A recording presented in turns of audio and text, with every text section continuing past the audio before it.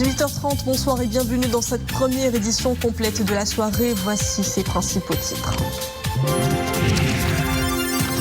Focus ce soir sur la place de la femme africaine dans le champ religieux. La thématique est au cœur des discussions de la 4e session annuelle ordinaire du Conseil supérieur de la Fondation Mohamed VI des oulémas africains. 50 femmes alimates y prennent part et brillent par leur contribution dans le débat religieux. Dossier du Sahara marocain, la Belgique considère le plan d'autonomie comme une bonne base pour une solution acceptée par les parties concernant la question du Sahara. Lecture dans ce journal de la déclaration conjointe rendue publique à l'issue des entretiens entre le ministre des Affaires étrangères, de la coopération africaine et des Marocains résidant à l'étranger et son homologue belge. Top départ à Sfro de la campagne agricole 2022-2023. Un début de saison sous le signe de grandes mesures, subventions de semences et d'engrais sont notamment prévues.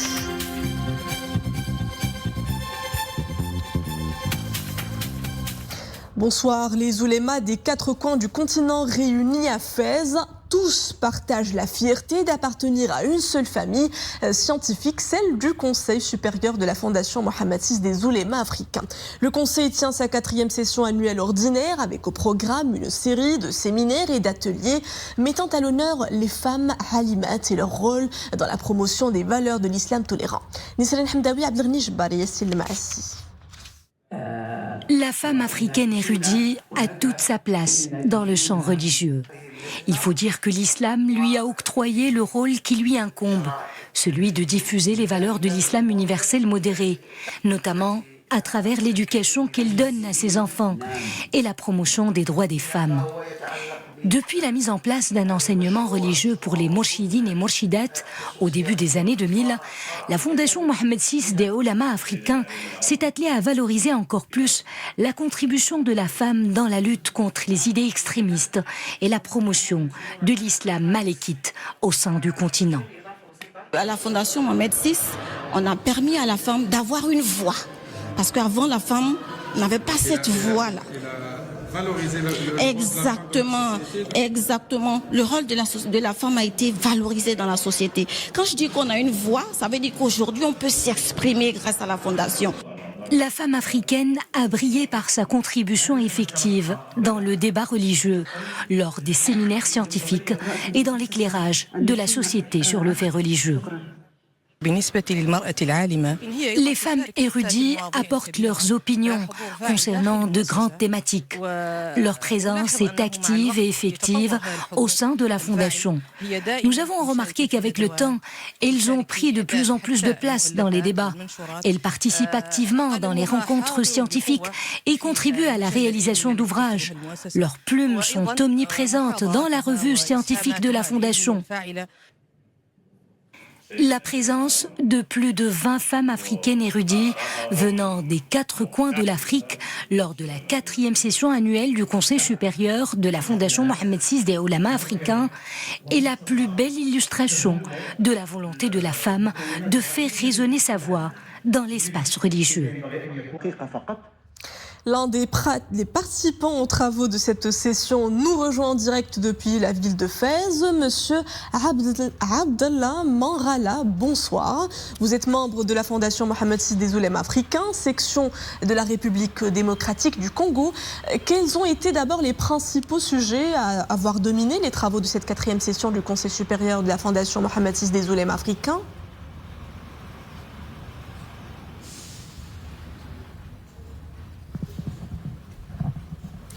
Allô ? Oui, bonsoir Monsieur Abdallah Mangala. Quels ont été les principaux sujets à avoir dominé les travaux de cette session ? Oui, merci beaucoup. Merci de m'avoir invité. Nous sommes vraiment en plein déroulement de la fin, disons, la cérémonie de la clôture de la 4e session ordinaire du Conseil supérieur de la Fondation Mohamed VI des oulémas africains. Eh bien, nous avons à retenir tout simplement que la primauté revient au Créateur, le Tout-Puissant, qui nous a mis sur la terre. Deuxièmement, nous pensons que les fondateurs de cette fondation Mohamed VI, qui porte son nom, Sa Majesté, que Dieu le protège, qui a eu la présence et clairvoyance de créer donc cette fondation pour enfin arriver à trouver une paix durable, n'est-ce pas, des peuples d'abord et ensuite de notre continent africain. Eh bien, je peux vous dire tout simplement le point saillant qui a été donc cette 4e session après la pandémie qui nous a mis en confinement et enfin.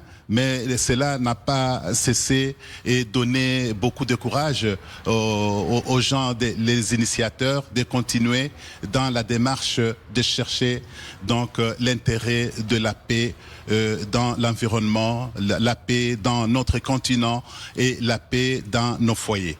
Voilà, je peux me résumer tout simplement de la charte de cette fondation Mohamed VI des oulémas africains. La cette fondation charte qui consiste tout simplement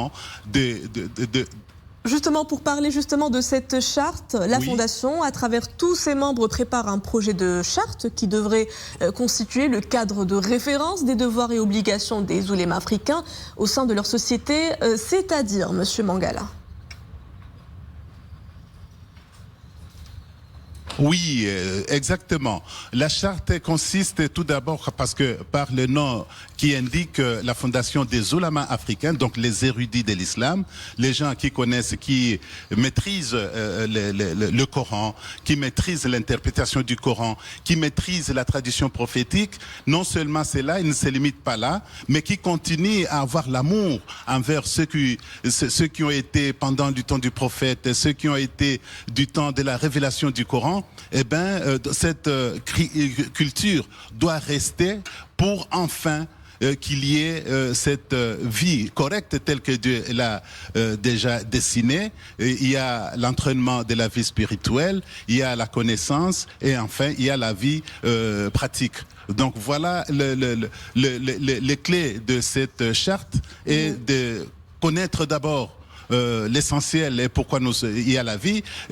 Deuxièmement, la paix, vraiment, ça fait partie des qualifications divines et la paix fait aussi partie des attributs de Dieu. Donc cette paix doit régner non seulement dans les sociétés, mais aussi dans les foyers et dans les individus. Monsieur Abdallah Mangala, membre de la Fondation Mohamed VI des oulémas africains, section de la République démocratique du Congo, merci pour toutes ces précisions. La Belgique considère le plan d'autonomie présenté en 2007 par le Maroc comme une bonne base pour une solution acceptée par les parties concernant la question du Sahara. Ce sont là les propos de la ministre des Affaires étrangères, des Affaires européennes et du Commerce extérieur des institutions culturelles fédérales du Royaume de Belgique, Madame Hadja Labib, en visite de travail dans le Royaume. La ministre belge a réitéré le soutien de longue date de la Belgique au processus mené par les Nations Unies pour une solution politique juste, durable et mutuellement acceptable pour les parties. Mohamed Aït El-Shgar avec Nawal Gourari. La déclaration conjointe rendue publique à l'issue des entretiens aujourd'hui à Rabat souligne l'engagement des deux parties à renforcer le dialogue et la coopération. Elle réaffirme la volonté partagée des deux royaumes d'établir un partenariat stratégique. Et au sujet de la question du Sahara marocain. Il est important que le processus politique reprenne. Une solution politique négociée, juste, durable et mutuellement acceptable est essentielle.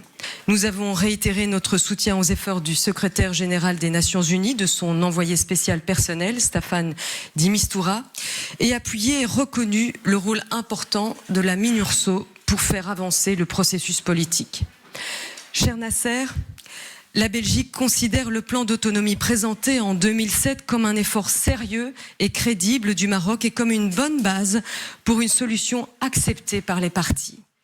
Sur les questions de relations bilatérales, les deux pays conviennent de tenir un dialogue politique régulier et de structurer le partenariat belgo-marocain, notamment dans les domaines des énergies renouvelables, de sécurité, de justice, de migration et de réadmission, ainsi que celui de la coopération culturelle. Le Maroc, vous le savez, pour la Belgique et pour l'ensemble de l'Union européenne, d'ailleurs, un partenaire historique et stratégique en matière de commerce, de stabilité régionale, de sécurité, de migration, de climat, d'énergie et de lutte contre le terrorisme. Le cadre juridique, je pense, est déjà riche en conventions, mais il y en a d'autres qui sont en préparation et que nous allons essayer de finaliser en perspective de la commission de haut niveau qui se tiendra l'année prochaine. Au moins 13 accords sont en cours d'examen pour une finalisation rapide. Et au sujet des défis et enjeux de la migration, les deux ministres se sont félicités de la mise en place d'un groupe migratoire mixte maroco-belge, dont la première réunion devrait se tenir avant la fin de cette année 2022. À New York, l'initiative d'autonomie continue de recueillir l'adhésion de la grande majorité des pays de la planète. Dernière déclaration en date devant les membres de la 4e commission de l'Assemblée générale des Nations unies, celle du Qatar, des Émirats arabes unis, du Koweït, du Burundi, du Sénégal ou encore de Sainte-Lucie, qui ont souligné avec, et je cite d'abord la représentante des Émirats arabes unis devant les membres de la 4e commission de l'Assemblée générale des Nations unies, « Mon pays réitère son plein soutien à la souveraineté du Maroc sur son Sahara et aux mesures que le Royaume entreprend pour défendre ses droits légitimes et ses causes justes. » Je cite également l'ambassadeur représentant permanent de Jordanie auprès de l'ONU. « La Jordanie salue l'adhésion positive du Maroc, frère, aux efforts visant à trouver une solution politique définitive et de compromis à la question du Sahara à travers l'initiative d'autonomie. » Fin de citation. Dossier du Sahara marocain toujours, et cette claire affirmation du secrétaire général de l'ONU concernant le statut de l'entité fantoche du Polisario. Antonio Guterres a souligné clairement dans son dernier rapport au Conseil de sécurité sur le Sahara marocain que le Polisario ne dispose d'aucun statut officiel auprès des Nations Unies. Antonio Guterres qui s'est référé à 2 reprises aux représentants du Polisario à New York et nullement à un soi-disant représentant auprès des Nations Unies. Le rapport du secrétaire général met à nu l'usurpation, l'usage de faux et de fraude utilisés par ce groupe séparatiste armé et son pseudo-représentant à New York qui prétend fallacieusement jouir d'un statut que l'Organisation des Nations Unies ne lui a jamais reconnu. Dialogue social, le gouvernement et le syndicat national de l'enseignement supérieur ont signé à Rabat un accord visant à réhabiliter les professeurs universitaires, à promouvoir le capital humain actif dans les universités marocaines, ainsi qu'à ériger la recherche scientifique, la maîtrise des langues, les habiletés personnelles, transversales et numériques en piliers fondamentaux. Cet accord a été signé lors d'une cérémonie présidée par le chef du gouvernement, Aziz Akhlouch.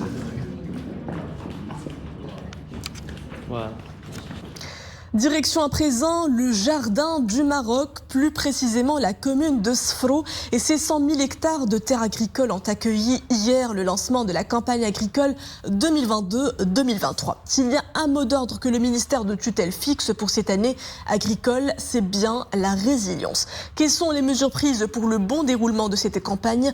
Réponse avec Boubkar Ben Gabri, Abslam Khalwi, Ibrahim Ghouti. C'est sous un soleil de plomb qu'a été donné hier le coup d'envoi de la campagne agricole 2022-2023. Un top départ effectué dans la commune rurale d'Arbalo à Kourer, à une dizaine de kilomètres de Sfro. Plus d'1 million de quintaux de semences sélectionnées seront mis à disposition des agriculteurs à des prix incitatifs. وهو واحد الموعد سنوي اللي كنعطيو فيه يعني الحصيله ديال الموسم الماضي وكذلك. Le lancement de cette campagne agricole est l'occasion de faire le bilan de la saison écoulée. Nous présentons aussi les principales mesures et incitations pour cette année. La précédente campagne agricole a connu une forte sécheresse. En exécution des hautes orientations royales, une aide est fournie aux agriculteurs et aux éleveurs pour les aider à atténuer l'impact du déficit des pluies. Le climat actuel n'étant guère favorable à l'ensemencement. C'est la technique du semi-direct qui est privilégiée Une technique adaptée aux effets du réchauffement climatique et au manque de précipitations de ce début de saison. Cette année, nous avons mis en place un programme exceptionnel qui touche la technique du semi-direct. À l'horizon 2030, nous espérons couvrir une superficie de 200 000 hectares. Le marché des engrais sera approvisionné à hauteur de 650 000 tonnes.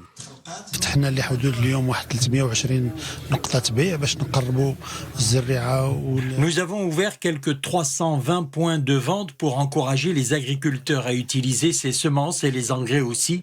Le prix de vente est subventionné par la Société nationale de commercialisation des semences.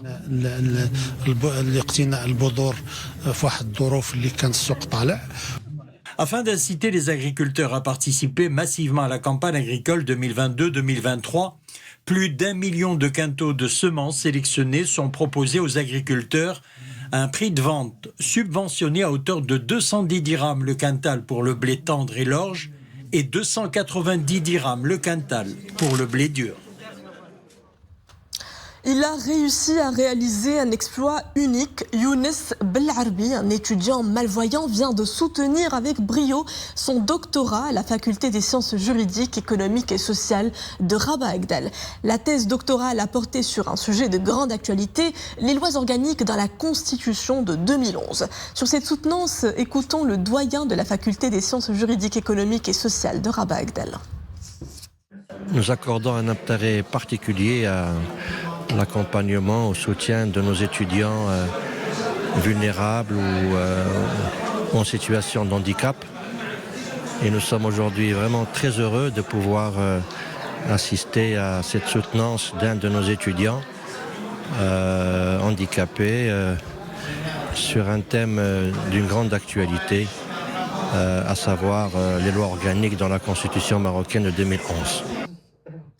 Eux aussi font parler leur génie et leur sens créatif. À Marrakech, des jeunes lycéens participent au TEDx Youth, des ateliers qui font intervenir des dizaines d'éminents speakers de tous bords. Les échanges se font lors de stand-up plutôt décontractés où des participants racontent leur parcours ou partagent leurs histoires inspirantes. Mohamed El-Shgaramina, la mémoire Tassim Billah Bouazawi. Renforcement des compétences dès le lycée. Pour cette première en Afrique du Nord, les élèves sont invités à faire des présentations sur des thèmes précis. Question de pouvoir communiquer sur leurs propres expériences, par exemple. Premier conseil, la meilleure improvisation, c'est celle qui est bien préparée. Presque une année de travail, déjà beaucoup d'heures d'organisation. D'où c'est personnellement beaucoup d'heures. Par exemple, le marketing, des vidéos, des séances d'information à les élèves à le club. Les bénéficiaires de ces ateliers développent déjà de véritables compétences en communication publique.